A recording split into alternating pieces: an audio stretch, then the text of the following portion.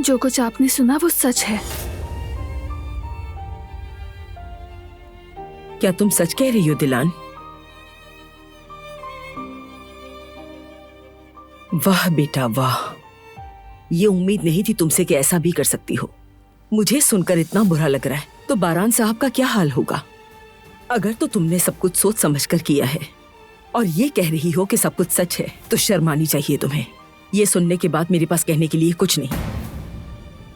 हाँ, लेकिन बारान बिल्कुल भी इस सब का मुस्तहिक नहीं था। अफसोस, शर्म आनी चाहिए। मैंने जो कुछ झेला उसकी मुस्तहिक नहीं थी। ये सच है कि तुमने जुल्म सहा, हाँ, मगर तुम जानती हो कि तुम्हारे आसपास लोग थे।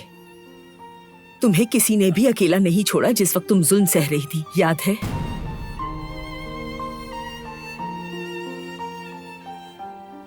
अच्छे या बुरे, हकदार और नाहक सब एक ही लाठी से हाँक दिए गए। कभी कभी सच और झूठ में फर्क करना बहुत मुश्किल होता है कदर आपा। आंखों देखा हमेशा सच नहीं होता।